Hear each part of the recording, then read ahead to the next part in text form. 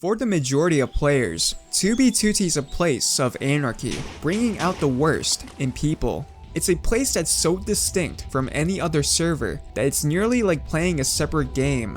What most people don't realize is that it may also completely change a person's life, for the better or for the worse.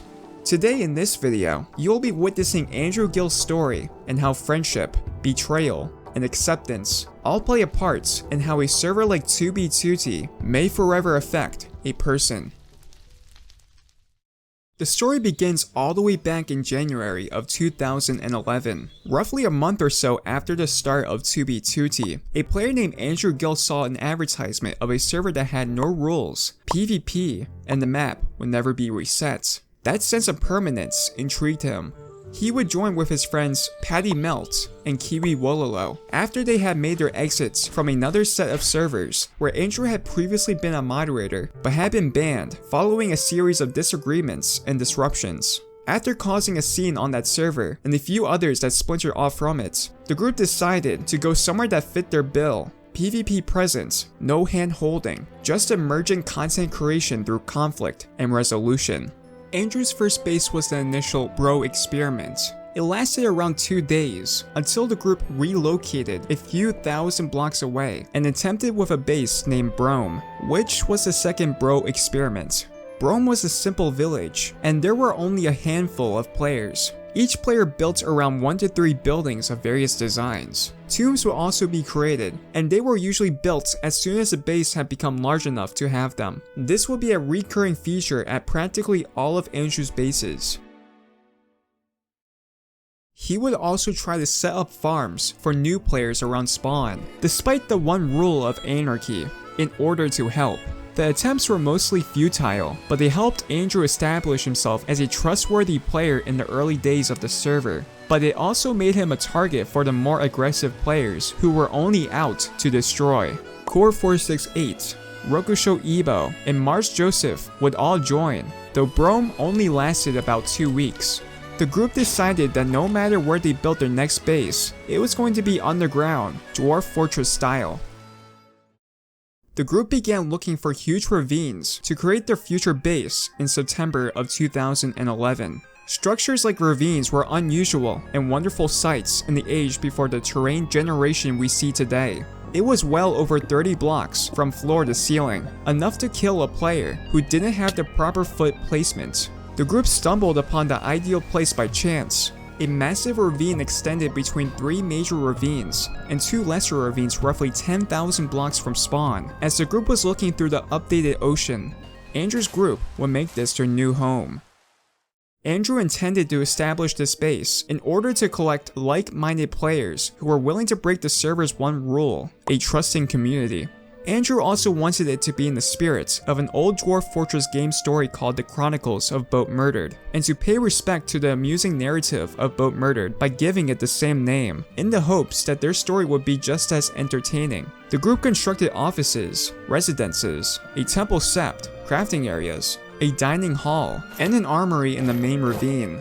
There were roughly 20 to 30 basemates at the peak of Boatmurdered's heyday, but were not constantly on at the same time because some of them were in different time zones. Every time they added a new member to the base, there was some drama or discussion about the new player's reliability and the safety of the base's location. The funniest thing to Andrew was that he was called the king of Boatmurdered. It was all tongue-in-cheek, but the group had a democratic council, and any player in the population had a voice. Boatmurdered was evident by the end of its life that it would only exist as an untouched relic, rather than an active, living part of 2B2T history.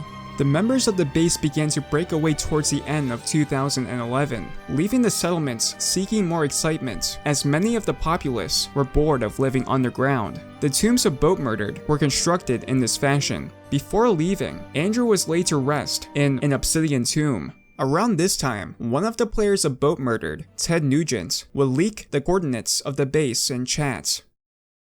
After the 1.5 dupe, Valkyria was in desperate need of items. Then, seemingly out of nowhere, Ted Nugent shared Boatmurdered's location in chat.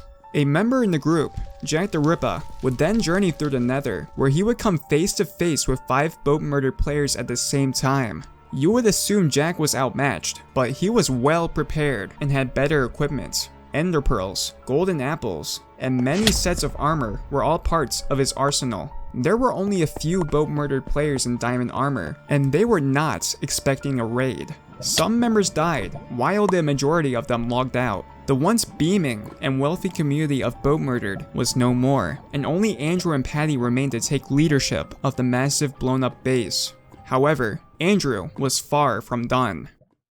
Core, Patty, and Andrew had a plan to split the populations. Kiwi Wololo, Patty, and Andrew would take all of the suspected members of their group to start a base that became known as Deepforge.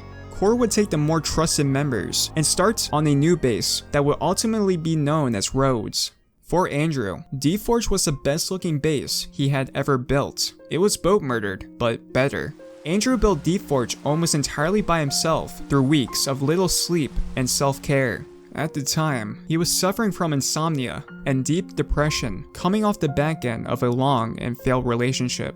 But oddly, he felt no dissatisfaction when it was eventually blown up and cast into fire. It was cathartic to see something so wonderfully built turn into a disfigured ruin. For him, it wasn't a waste so much as a change. Rhodes already had a few structures by the time Deepforge was mostly destroyed. Rhodes started off as a simple guard tower. Core then constructed a workshop, library, and armory. Andrew was able to join by the time Core started on the large bridge. Kiwi created a large margin of iron golems. By a large margin, literally dozens. Andrew began various projects at the time, including multiple towers that were never completed, as well as several small villages that the group planned to use to establish an NPC villager farm. Andrew then built an old star fort to pass the time and show off some of the group's accumulated wealth. It was around this time Andrew had a lot of going on in his life, and gaming lost its luster for quite some time. Many members followed and decided to build Parthenon-like tombs, most leaving the base and to be tutti forever. From 2013 to 2015, the base stood frozen in time. Eventually, Andrew shook off his apathy and got back into games, but by then, he couldn't remember his Minecraft account information and hadn't really planned on returning to 2B2T. He eventually did find the information and logged onto 2B2T to see Rhodes still intact. After 3 years, I logged back in to find this base intact. It's such a sobering thing to come back to a place so full of memories and nostalgia of times long past. After all that time, I was still remembered. Andrew then saw a player named Jerry2013 online and struck up a conversation with him. Although he had not been online in over 2 years, Jerry2013 remembered him. This conversation and Jerry's remembrance of him led Andrew to share Rhodes' coordinates with Jerry2013. Jerry promptly headed out for the base, settling in late 2015 as his primary residence. Jerry improved the foundation over the next year, extending it away from the original city to distinguish the new from the old. For the next few years, Jerry continued to welcome more players to the base, and it grew to be rather large, with over 30 members, about 15 of whom were active. Rhodes continued to thrive until September of 2017, when it was discovered that a player named Parthicus had the coordinates and had begun moving the contents of the stash away from the base. Rather than allow his base to be griefed by another, Jerry2013 took it upon himself to grief Rhodes, and so the base fell in mid-September 2017. When Andrew thinks back on this time on 2B2T, he remembers how much he enjoyed all of the bases he worked on. Not one sticks out as being superior to the others, because they all accomplished something better than the others, and assisted him and the other players through a difficult situation at the time. Brome's achievement demonstrated to a large number of players that even in a chaotic hellscape like 2B2T, players can work together to create a large base, or to find and demolish it the next day. For the entire group, Boatmurdered was pure dramatic escapism. They were delighted with the concept of this elaborate winding ravine city for a time, but they wanted dramatic plays, so they expanded their numbers and poked that spawn to pique interest. The group knew it would end in them leaving or being grieved, but it was time to move on.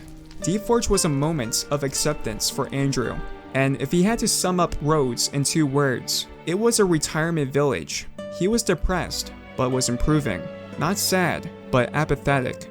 He felt old, despite the fact that he was only 23 or 24 years old at the time. For him, 2B2T was a server that was required at the time he was there, but he no longer requires it to perform the functions it provided at the time. He no longer had a lack of purpose or direction to the point of needing to substitute it with being a good person in a video game. He is now over 30 years old, has been happily married for years, is no longer in the military, and is employed in a low-stress career. Life is nice, and he likes to think that 2B2T has something to do with it. The server was a fun time, and saved him from making mistakes in his actual life. Probably nothing too serious, but it was a good distraction when he needed one. Andrew finds it fascinating to consider how 2B2T has evolved, although he can recall Spawn with grass and trees. It's strange to reflect on, and even stranger to consider that he still remembered in the midst of it all. It's strange to reflect on the events of the past and realize how far he's come in the years afterward, how he felt then versus how he feels now, and how pleased he is with the outcome. A quote from Andrew Gill to the community. 2B2T is a game in which you can do whatever you want. You can be destructive, creative, friendly, or wrathful. You can find friends, adventure, crushing defeats, and any distraction under the sun. Anarchy doesn't expressly mean chaos, but of course, sometimes that is great fun. But in the same fashion, I hope many of you take a chance on community and cooperation. Growth of this server has been amazing. I remember when the online player count was an average below 20. Now it's massive and with long queue times. But just as the server grows, each player should seek to grow a little as well. And I hope you do. Strike the earth, players, and I hope you do so with friends.